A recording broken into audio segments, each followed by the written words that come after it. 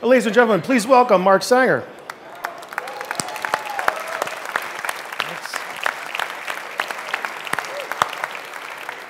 Thank you very much.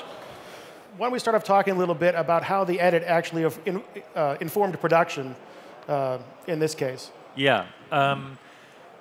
So when we started the film, I mean, it was a very unique situation as an editor because as the co-editor on the movie, Alfonso Cuarón asked me to come in long before they had development money, long before we had a cast. And at a stage where actually nobody really knew how we were going to do this.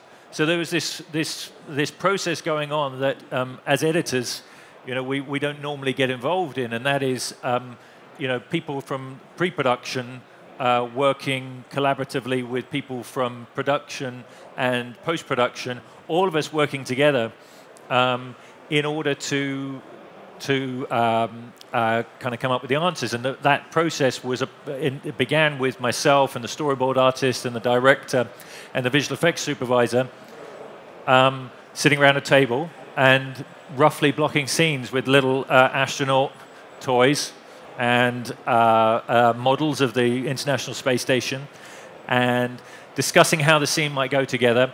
And then gradually I would then get the storyboards, and then we would start assembling those storyboards together in Media Composer. And I recorded George Clooney's dialogue, and my assistant, Tanya Goding, was Sandra Bullock. And by the way, they weren't attached to the project at the time, so we didn't know who we were going to play the characters.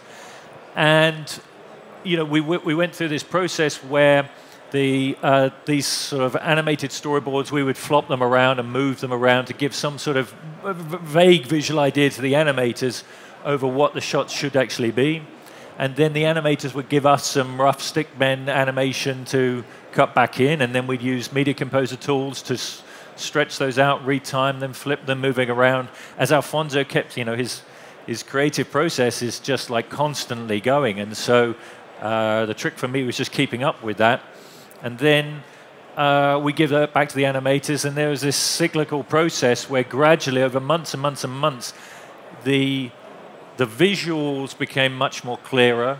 By the time we came to shoot, the animation was actually lit, because that was part of what needed to be answered prior to the shooting is at what stages where the actor's face is going to be illuminated and by what.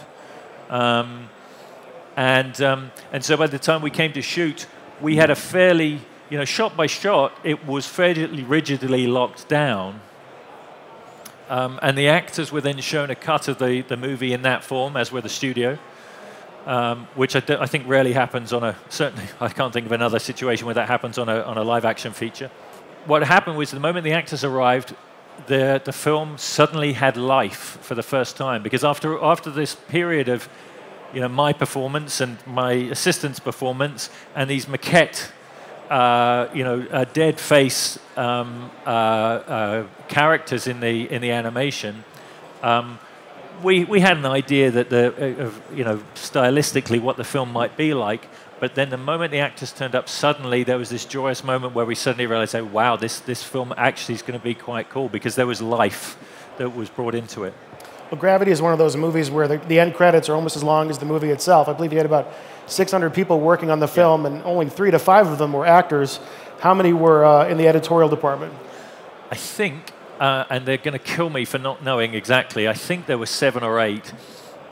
There was 3 assistants. It was Tanya Goding, my assistant, Debs Richardson, Steve Mates, Steve Pang was our visual effects editor, Alistair Grimshaw was the 3D Conform editor, Ruth Antoine was our trainee, and then that was my kind of key team. And then, but also the visual effects guys, Framestore, they also had a media composer, because of the pipeline, we were constantly in communication. Any changes that I was making in the edit with Alfonso, at any point during the whole process, immediately, instantly need to be in the hands of the visual effects guys, or during the pre-production process, needed to be with the first AD. The first AD needed a copy of that, because any change I made could drastically affect any given day's shooting. And so, yeah, there was quite a large team, and they were on for a long time together. It wasn't one of those things where it was a gradual build. You know, for quite a long time, the team was a large team. And how did you? What was the editorial setup in terms of tools? What were you all using? I mean, I know you're using Media Composer, but how were those deployed? You had a Unity connecting everybody together? Yeah, there was a Unity, and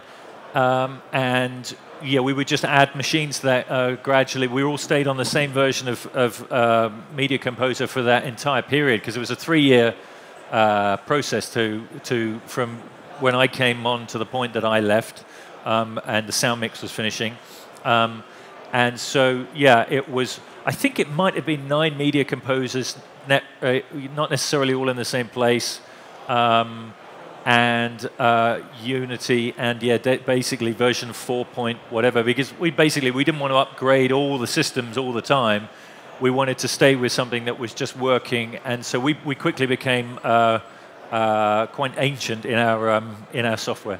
So I know we have a couple of examples of your work, or at least snapshots of the timelines you were working with. Yeah. We could take a look at sort of an early phase of the editorial process. If you could describe to us basically what this layout is and what elements you were working with at the time. Yeah. So, for instance, what you're looking at is in terms of the layers of the timeline. That's kind of the history. The lower they are down, the older the animation, at least initially.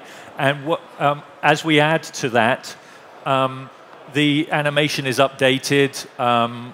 So, for instance, here you can see this was effectively the RP sequence, and initially you can see there's a bunch of different versions of the beats in there, and they have some Avid effects on them where we've been retiming and basically just to edit the sequence into something that, as a viewer, tells the story in the best possible way. And then on top of that, we would be resizing, reframing, flopping shots, animating the animation on the timeline, and then delivering that as a freshly updated sequence to the visual effects guys. And then they would then give us back something to update that. So you can see here, there's a small, that's actually 2 beats there that have become 1 beat and dropped in as an update on that section of the timeline. And gradually, you know, so this is actually a relatively basic sequence here, but gradually, you know, there could be 8 or 9 different levels with multiple different versions of animation that, to a viewer, would ultimately become 1 shot. I noticed you have a lot of markers in there, mostly coded red, some blue. What kind of information were you tracking there? Well, because every single one of those beats in there has a financial cost. So you're dealing with the creative aspects of telling the story in the best way, but also behind that there is you know, the visual effects producer and the executive producers will come in and say, you deliver them the sequence, and they go, well, you've got to tell Alfonso that we can't do that in that shot because it's going to be too expensive. And so then we go back and Alfonso would say, well, look, there's a better way of doing this, surely, and he would reassess it. But each one of those markers on there itemizes a different beat and therefore a different financial cost. So you can see there is a number of different considerations editorially that we have to deal with. So red is we can't afford to shoot this the way you edit it? Yeah, yeah. I mean, the great thing about working with Alfonso is that that necessarily, if he's presented with information like that, he will make something more of the scene from it, which is the most staggering thing. Is you know, he turns a negative into a positive. So let's take a look at the updated timeline as it progressed, and so how are things different here? You can see effectively all the beats information is still there, all the that hasn't changed, but gradually over time, this particular sequence has began as multiple beats, and then has been whittled down into something a lot more cohesive in terms of the delivery. And so you're probably looking at 12 to 14 months between what you saw before and what you see here now. So yeah, that's the process. So as you were discussing, maybe in pre-production, early stages of editing, you know, a lot of times creative team will go into a film project and use other films as a template or as a reference, whether stylistically or just for a look. Were there any other films that you talked about with Alfonso about we're trying to get this vibe or this look or this characteristic? No, and the reason being that what makes an Alfonso Cuarón movie so unique is that it's him, and so there is no other reference. It's Alfonso, and that's actually what's interesting about that is, of course, when you're on a film for 3 years, who doesn't go home and watch a movie and think, hey, wow, they did something really interesting there, and come to work with some new idea or something. That is not something that you would do on this movie, because you every day have to stay focused within that realm and delivering that specific unique vision. So yeah, the answer is all of the inspiration came from Alfonso, and that never wavered. And everything that he had in his head from the early days, which we were then trying to translate onto the screen, tonally, stylistically, that never wavered. Well, you very casually mentioned that the film took 3 years, which is a little bit longer than most projects. Going into it, did you have any idea that it was going to play out that way? Did you know what you were getting into? Yeah, I don't think any of us realized how long it would actually take us to make the film. When we all came on, I mean, I'm sure there's some editors here today. You come in and you normally there's a beginning, a middle, and end, and you either have a release date or certainly you have a point when they say the money's going to run out, and so there's a finite schedule that you have. And in the case of this film, there was no out. We started not knowing how the film was going to be shot, and because the edit was driving that, the evolutionary process of blocking the film and creating the film had to happen long before they could decide on when we would start shooting. And therefore, we didn't know when we would end shooting, and therefore we had no idea when post-production would end. And so, that brings with it some interesting, emotionally, that is a tricky thing to deal with, but also from an editorial point of view, focusing. For both myself and Alfonso, who co-edited the movie, at any given time, you always had to be completely focused on the movie, and to do that over a 3-year period and remain focused for all of that time is tricky. So there's an old saying about editing being the final rewrite. In this case, you're part of the original writing of it. That being said, so often, and especially in a long film like this, new ideas come to light, or you look at the story, or it just doesn't hold together a certain way, and you're compelled to do a little rewriting. Did that impact you in any way? Were there any changes from the original direction of the film, or did it really stay true to what you discussed from the day one? There were natural changes, but I mean that's part of Alfonso Cuarón's sort of modus operandi, is that I think he comes to the stage more prepared than most directors, having a very firm and concrete idea of what he wants, but is then prepared to then let that evolve. And the same is with the editorial process, is that you can be sitting there and you can be kind of used to seeing a scene one particular way, but then he will come up with some unique inspiration in the shower that morning that will mean that whereas under normal circumstances a director may choose to, let's go back and re-edit it, but we're going to play it from this character's point of view, or we're going to change the tone of the scene. With Alfonso, what he'll do is there'll be a unique moment of magic inspiration that will mean that you're not necessarily re-editing with, well, obviously we didn't have any alternative dailies, but you are reshaping the scene with the tools that you have available to you. And that could mean anything from, depending upon the visual effects guys to help us out in retelling a moment, or it could be the sound guys. It could be that we go back to the sound guys and say, guys, we're going to change the shot ever so slightly, but you need to help us with this. And So there was rewriting in the traditional fashion, no, but certainly everything being unconventional in the process of Gravity, it had its own type of rewriting, but again, all under the reins of Alfonso. So what effects would you try and accomplish yourself in terms of pre-visualization that you would then hand over to FrameStore? Well, certainly from an editorial point of view, from a creative point of view, in terms of telling the story, there was a lot of designing and shaping the ebb and flow of the story is really what we would do. We would retime things. We would sometimes lift things out, and that would then quickly become.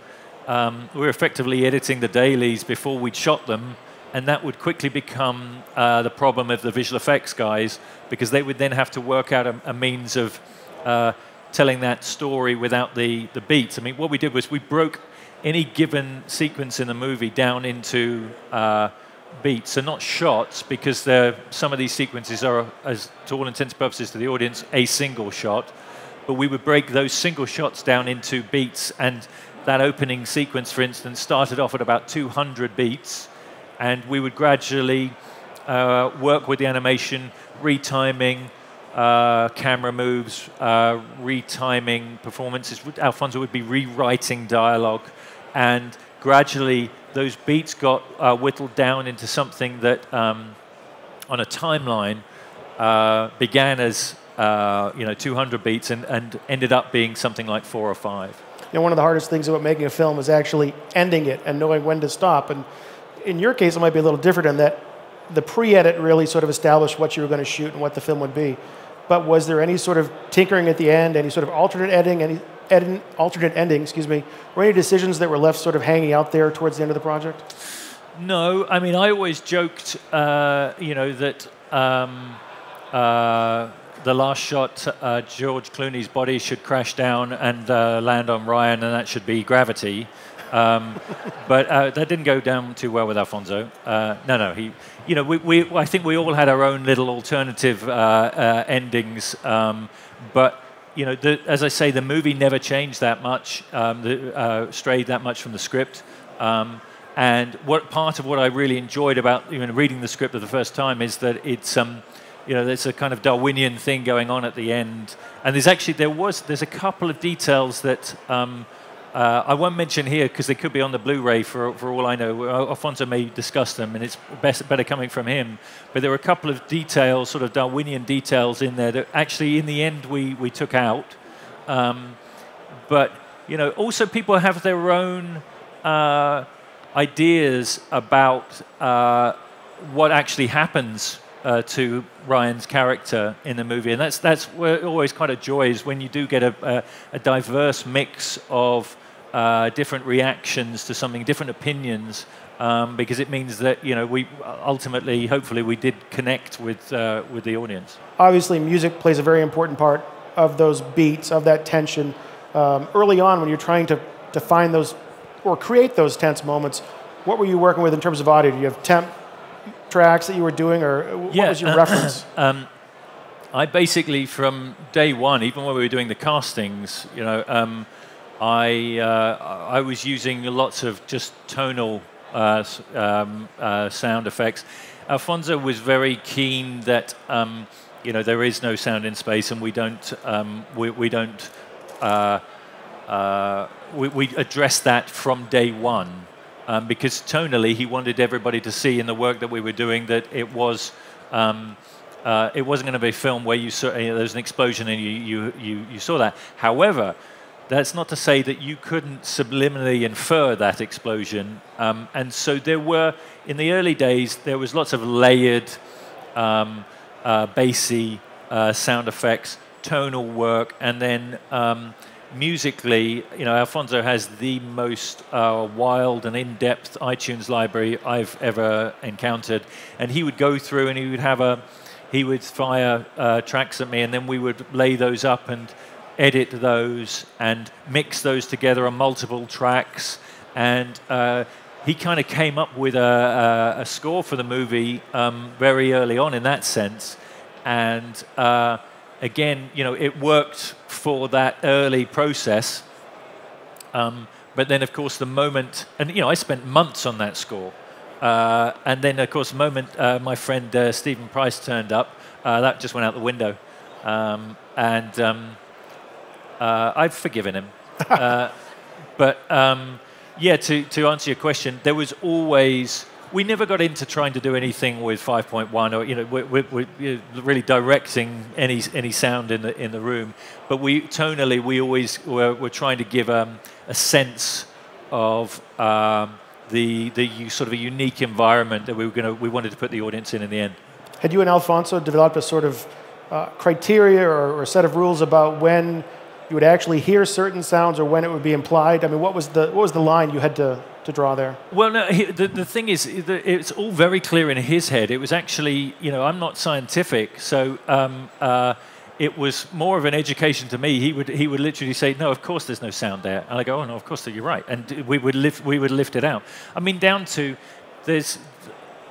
The most basic example in the movie is actually just the moment when the capsule crashed into the lake at the end, and as the camera goes under the water, we just lift out any sound there, and that sort of design.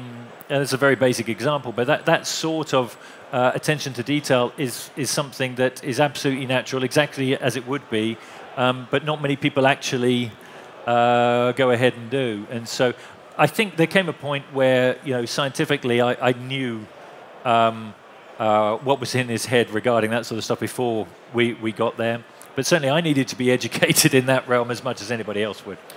Let's touch a little bit about the 3D aspect. We're almost out of time, but one of the things I wanted to ask you was, you cut this as a 2D film, yeah. But a lot has been made about the cinematic experience of it and how just perfectly it lined up with the 3D experience, that it really feels like you're out there in space and just makes your heart pound a little faster because you feel like you're out there, in peril with the actors. Yeah. Did that affect your edit at all, knowing that it was going to go to 3D? No. I think, Alfonso being a very smart man, he decided early on that we would edit the movie as a conventional edit. It would be a 2D movie, and any changes that would occur in either the 3D version or the Dolby Atmos version of the movie, those would all be basically layers on top that supplemented and complemented that master copy of the movie that we had. So I think that's part of the reason why it does work, is that, I know some directors out there would choose to go back and refine and edit to make the 3D work. Well, that's backwards as far as I'm concerned. I hope I'm not severing myself off from working with some directors in future from saying that. But that to me is, if it's working in the two-dimensional world, then the 3D world is something that you evolve from that, not the other way around. So typically, when a film has a lot of commercial and critical success, Hollywood tends to want to repeat that in certain ways, and people get pigeonholed. Do you find that you're now being approached with projects that are similar to Gravity, or they see you as the visual effects film editor? There's elements of that, but equally so. What's great is my background is actually originally it was as a film assistant, winding film, and assembling film and conforming film, and then into the non-linear age, the digital age, and then as a side sort of step to that, as a second string to my bow, I was doing visual effects editing, and I think thankfully I'm being recognized currently as somebody who works on visual effects movies, but also works on non-visual effects movies, and so there's an interesting mix of projects out there at the minute. Regardless of what you're being approached with, is there a need on your part to really step away from this type of project and look for something different, just either for your own sanity or to round out your portfolio? Well, I think for anybody who worked on the film, we were completely. If you can imagine, if you were at all affected by the film in terms of how you felt as you were watching it, that sort of hopeful, immersive state, that's kind of what it was like for us, but for 3 years. So we really did feel like we'd been up to space and back in that time, and gone through the whole gamut of emotions that Ryan does as well. So at the end of it, yeah, I think everybody was very happy with the idea of coming down and dealing with people walking on terra firma, and maybe a camera lock-off. You know, these sort of small pleasures are, yeah, they're now, they still are small little pleasures, actually, dealing with those things rather than dealing with the logistics of space. So last question before we go. We've talked a lot about the film itself, but we haven't talked too much about how you got your start in the business. I'm kind of curious as to what your entree into the world of editing was. Well, I knew I'm very, very lucky in that I knew what I wanted to do since I was 4 years old. And, you know, I would make Super 8 films with my, for those of you young enough in the audience, that's film, with my brother when we were kids. And we'd have lots of fun filming with the little Super 8 camera, but my favorite part was hanging the Super 8 film, the takes of that, off a piece of string across my bedroom, and then assembling those together with tape and what have you. And so I knew I didn't really study hard at school. I didn't go to film school. The moment I left school, I tried to get my foot in the door, and I just worked in every single department that I could possibly, that they would allow me into. And I was pretty bad at pretty much every department I worked in. Like, I operated like these big fans for the special effects department. I was useless in the art department. In production, I would send out the wrong paperwork to people.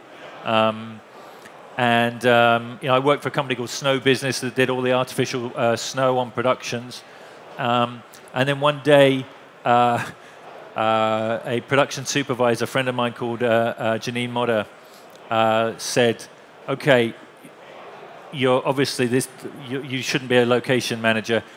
Come be an editorial trainee." And she was the one she knew that I wanted to do that, and she gave me that first break. And then I kind of just was lucky enough to get in on a James Bond movie doing that, and rode the waves of luck since then. Well, thankfully you found your way to editing, because it turned out to be a really nice career for you and a fantastic film for us to watch. And I can't thank you enough for joining us. So please, everybody, help me thank Mark Sanger for joining us today. Thanks, guys. Thank you very much.